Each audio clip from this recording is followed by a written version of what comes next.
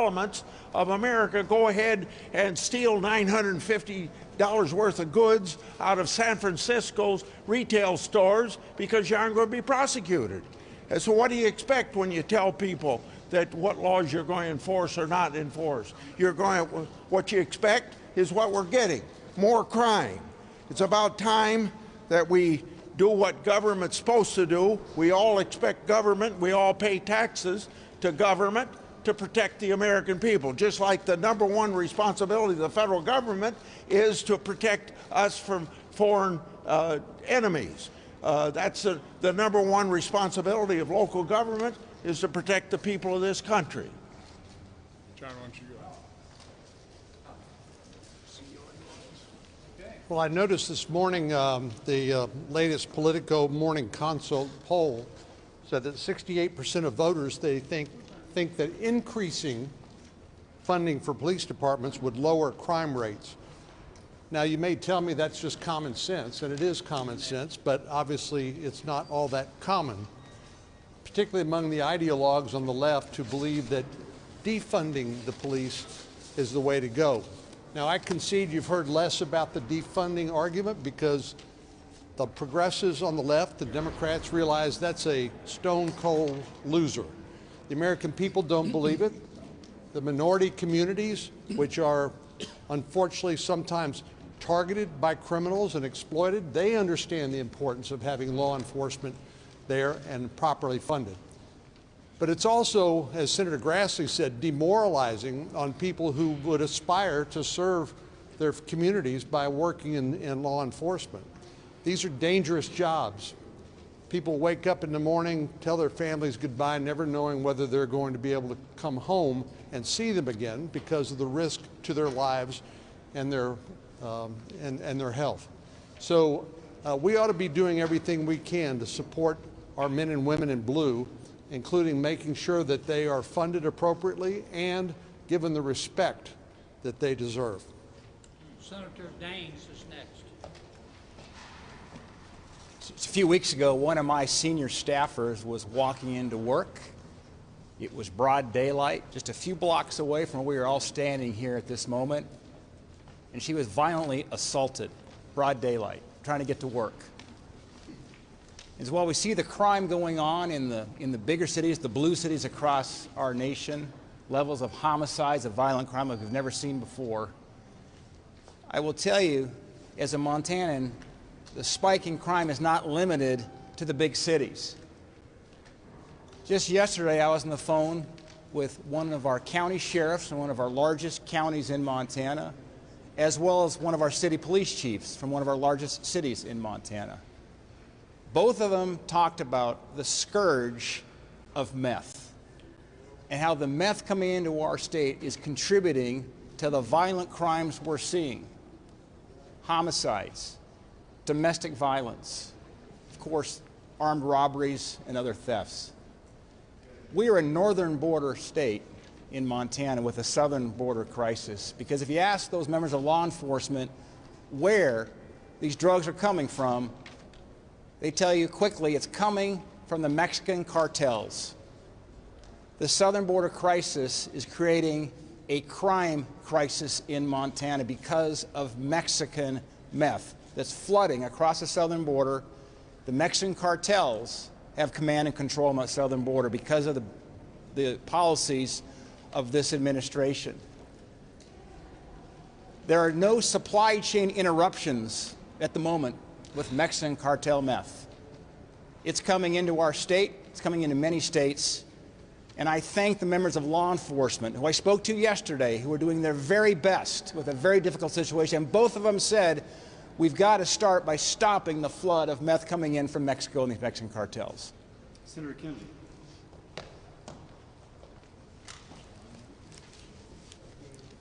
Well, as my colleagues have pointed out, there's no question that crime has increased in America. Homicides, shootings, armed robbery, carjackings. In many of our cities, well, it's safer to walk down the streets of Mogadishu than walk down the streets of those cities. Many of our cities have become some of the world's largest outdoor shooting ranges. I think it's appropriate to ask why. And I don't mean to wax too philosophical here, but I believe in free will, and I think most Americans do as well. I don't agree with everything he said, but I think Sartre was right when he said to be is to act. In many respects, all we are is the sum of our actions. And put another way, it doesn't really matter what's going on in your life or what somebody has done to you. You're responsible for your actions. There are a number of reasons for the increase in our crime rate, but I think part of it is our public leadership. We have many leaders in many of our cities today who believe that the criminal is the victim. We have many leaders in our communities today who believe deep down that if a criminal commits a crime, it's really not the criminal's fault. It's the fault of an unfair world. And many of these same people believe that punishment, prisons, and cops make it worse. And I do not believe that any free society can order a civilized culture without accepting the concept of free will and responsibility. And until our public leaders in many of our communities give up their motto of see no evil, hear no evil, and prosecute no evil, we're not going to see an improvement. Final point, I think President Biden has tolerated a lot of this. An uncharitable person might say that his silence indicates that he's, at least the administration, is more interested in Super Bowl guacamole than the crime rate. And the only way, it seems to me, that in America we're going to address this problem is from the top down. Bottom up works too, but President Biden needs to address this issue and the change in the leadership of some of our public officials. Senator Cruz. Crime is surging across this country. Murder rates are rising, assault rates are rising, carjacking rates are rising. Last year, 12 major American cities broke records, homicide rates. Portland, Indianapolis, Toledo, Rochester, St. Paul, Tucson, Albuquerque, Louisville, Columbus, Baton Rouge, Austin, and Philadelphia. What do those 12 cities have in common? Every single one of them is run by Democrats, all of them. The crime that we are seeing surging across this country is a direct result of Democrats' soft-on-crime policies. Joe Biden nominated not one but two of the leading advocates in the country for abolishing the police to senior roles at the U.S. Department of Justice. Every single Senate Democrat voted to confirm two of the leading advocates of abolishing the police to senior positions at the U.S. Department of Justice. When Democrats engage in anti-police rhetoric, when they demonize police officers, it has consequences. President Biden nominated Rachel Rollins to be the U.S. Attorney of the Commonwealth of Massachusetts. Rachel Rollins is one of the many Soros DAs who, as district attorney in Suffolk County, put out a list of 15 crimes her prosecutors were not allowed to prosecute. When you have soft-on-crime Democratic DAs that are releasing violent criminals on shockingly low bail, those violent criminals go out and they commit violent crime yet again. And in the face of skyrocketing crime, crime that has women and men across this country deeply, deeply concerned for the safety of their family, the White House press secretary laughs about it. Laughs about what crime? What are you talking about? This administration is so out of touch, they don't understand that when people are getting carjacked, when their homes are threatened, their lives are threatened, that violent crime is real, and when you attack and demonize police officers over and over again, it has a consequence. It is wrong. And I got to say, at any point, Senate Democrats, one Senate Democrat could have stood up and said enough is enough. If one Senate Democrat on the Judiciary Committee had said no, these advocates for abolishing the police would not be senior members of the Department of Justice. If one Senate Democrat on the Judiciary Committee had said no, Rachel Rollins, this incredibly soft on crime Soros DA, who effectively abolished the police by ordering her prosecutors not to prosecute drug crimes, not to prosecute resisting arrest, not to prosecute trespassing. We're seeing in stores across the country looters breaking in, mocking the law because Democrats won't prosecute them. It's not right, it's not fair, and we need to keep people safe. Senator Marshall. Thanks, Tim. All right. I got 2 words for America today: crack pipes. Crack pipes, not crack pots. Did any of us ever think, sitting in our senior year in high school at our government class, that we'd be part of a nation where its government gives crack pipes out as a tool to, in just a permissive society? I don't think any of us would have ever thought that our socialistic government would do something like that. As I finished up some town halls this past weekend, 15 town halls, I can tell you I've never seen Americans so upset. I've never seen so much fervor. I thought Joe Biden had bottomed out at the end of last year, but I'm telling you, he's still searching for the bottom of his popularity right now. As I listen to my folks at these town halls, I want you to listen to what they're telling me. This is what Americans see. Americans see 2 million people, maybe 6 million people cross our border illegally last year, and they see this administration reward them with an all-expenses-paid vacation trip to any American city of their choosing.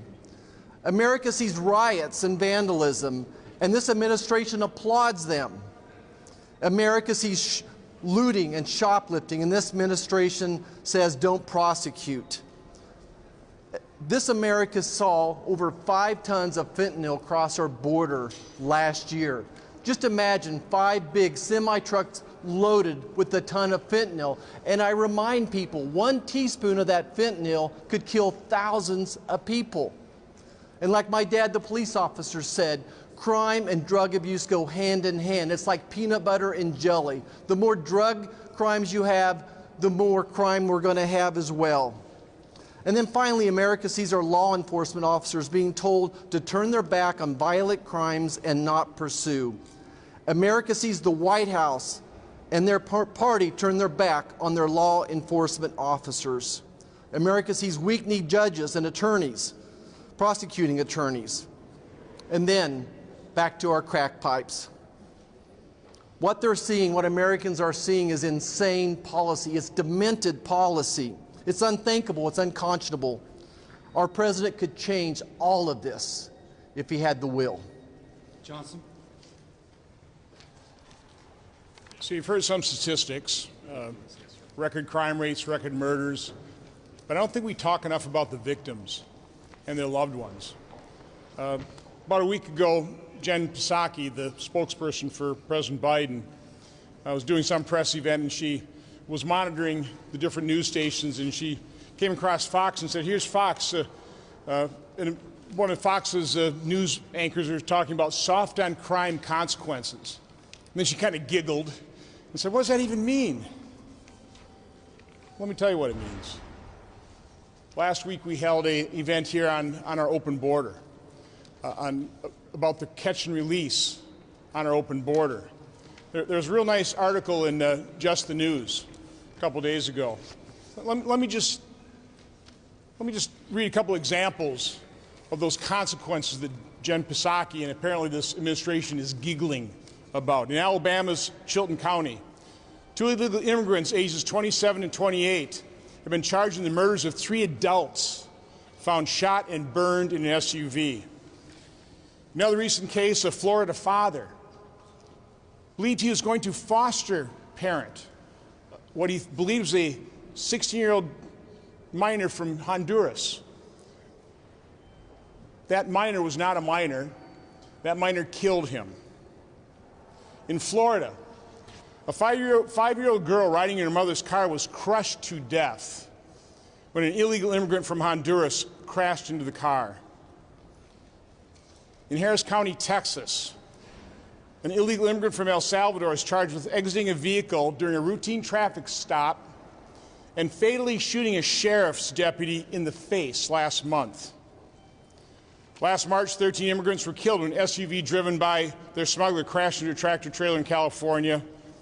More recently, a 59-year-old mother and her 22-year-old daughter were killed in Texas when their car was T-boned by a speeding vehicle trying to smuggle illegal aliens into the country. Those are the victims. Now, those are the victims of the catch and release, the open border on our southwest border. But we also have catch and release in our criminal justice system.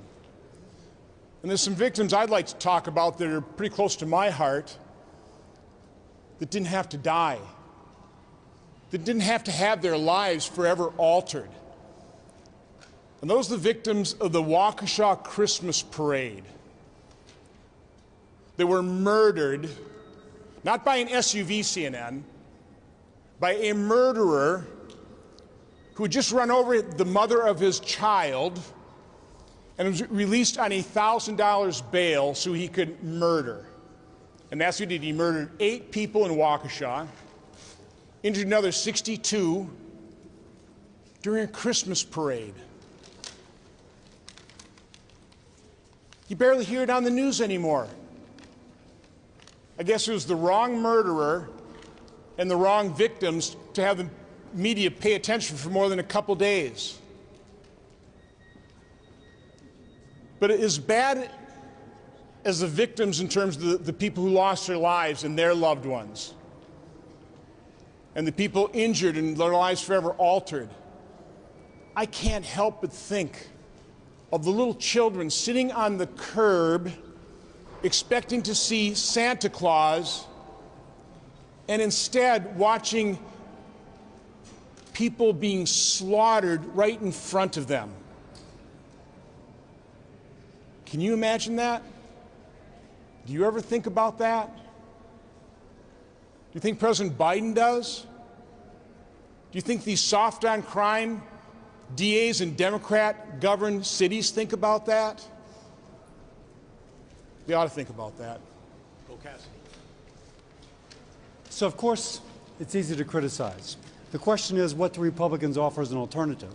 I say we can look at history and see that. There was a theory called the broken windows theory, that if you break a window, it's not a great offense, but by the way, the person that breaks that window is more likely to commit another crime if he gets away with that one. And so they cracked down on the broken windows. By the way, based in social science. And they found dramatically decreasing crime rates in cities across the nation. But now we have an alternative vision, in which if you break the window, that will be tolerated. Indeed, we shall classify that not as a crime, not even as something to be arrested for, but rather as something which we just say tisk, tisk, and you go on your way. And what has happened? We've gone from having broken windows to having an escalating cycle of violence. Now, it's not just the people on the streets, but by the way, my colleagues have referenced the DAs in cities like Philadelphia who have released those picked up on gun crimes, and that person released goes out and murders another using a gun. Predictably, they are blaming the gun. We should blame the DA who does not keep that person locked up for the gun crime. But it also goes beyond just the micro, if you will. It will also go down to the, if you will, our crime wave being aided and abetted by the lackadaisical approach the administration is taking to the border. We've seized 461 pounds of fentanyl at the border. When I go to the border, they tell me they seize about a third of that which actually gets through, attempts to get through. So more than that is attempted to get through, has gotten through. 461 pounds could kill 104 Americans. Everybody watching this knows or knows of somebody who's died of an overdose. That is directly related to this porous border in which those drugs come across. and this kind of lackadaisical viewpoint towards street crime that allows the border to be open, to come across, to be distributed with minimal consequences. We have an alternative vision as to how to address that. Republicans have shown that in the past, and Republicans have done it better. Thank you. Yeah, I don't know what Democrats were thinking when they started this whole process of defund the police. When they said to law enforcement, you're the problem, not the criminals. When they said to people that are committing small crimes to say, we'll just look the other way and consider that you just had a tough upbringing and so we're not going to pay attention to that and assume nothing else happens. I don't know what they expected when they launched out sanctuary cities and said if individuals that are illegally present in the country, if they come to the United States, we're just going to look the other way and allow those individuals to stay in the country even though they commit crime after crime after crime. Literally across the street from this Capitol building is Union Station, where just this week a person illegally present in the country painted swastikas all over Union Station, but ICE didn't deport them because D.C. is a sanctuary city and they weren't getting turned over. We have a serious problem with just basic law enforcement in this country. That right now this administration is trying to handcuff law enforcement and release criminals. We're doing exactly the wrong thing time after time after time. Individuals that illegally cross our southern border are being released in the country, and federal law enforcement officials are being treated as if they're hotel check-in staff rather than federal law enforcement, and told to just wave people through. We're not getting any criminal history from the countries of origin they're coming from. We literally have no idea if they have a criminal history from where they just came from. We're tracking it once they have a criminal history here, but the enforcement is almost none. And the message now is if you illegally cross our southern border, when you're waved in, you're given your first hearing in 6 years.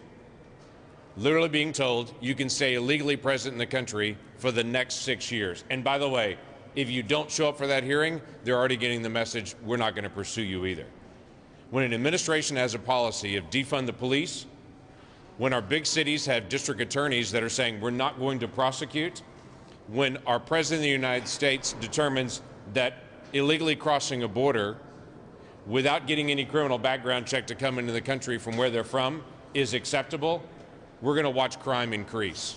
And as the drugs continue to flow across our southern border, people commit more crime to be able to get more drugs, and it accelerates from there. There are ways to be able to address this. We're not asking for something unreasonable.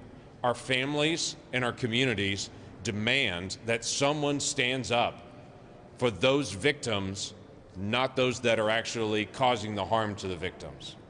And may I remind everyone, law enforcement have families too.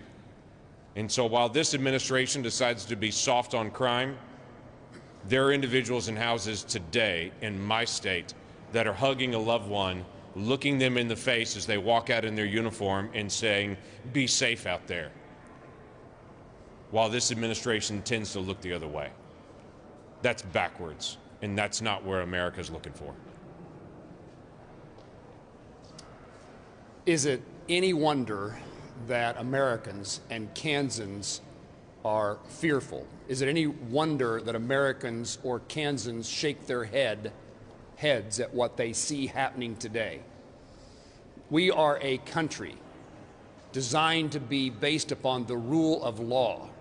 Our country can only function when people feel safe and secure in their homes, in their schools, in their communities, in their churches, their synagogues, when they feel comfortable sending their kids on a bus to receive their education, when they're comfortable walking down the street as a senior citizen. The fact that people cannot be safe, cannot feel safe in America, is no shocking thing when we see what's happening today. One, the conversation about defunding the police. I can assure you that the people who cried out for defunding the police will be among the first to call the police when they're in a circumstance of danger.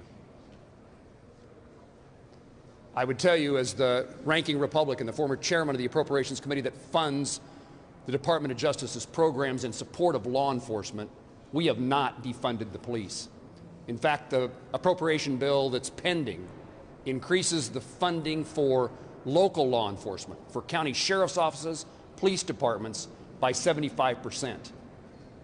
Give them the tools, give them the resources, don't defund the police. That's nothing but common sense. We can help them do their jobs, and we can help them do their jobs even better, and we can help them be safer in performing their law enforcement duties. And second, it's no wonder that Americans, Kansans, can't feel safe when they see on the news the circumstance on our borders in which people come at will. The border creates the problem with drugs, and drugs create the problem with crime. And until we stop the flow, until we secure our borders, there's lots of reasons that border security is important, but we will not be safe. You don't have to live on a border to be unsafe. In the circumstance we find ourselves in today, you're unsafe in Kansas because of the drugs coming to our state across our borders.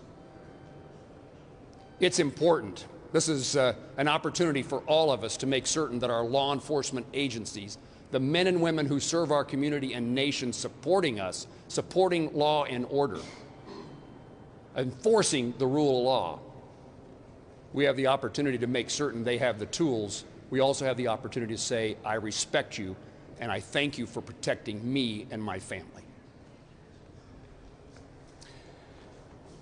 Thank you all for your coverage of this important event. In 2018, I had the opportunity to walk the streets of Indianapolis with a number of concerned citizens and some clergy leadership, leaders of the nonprofit 10-Point Coalition of Indianapolis.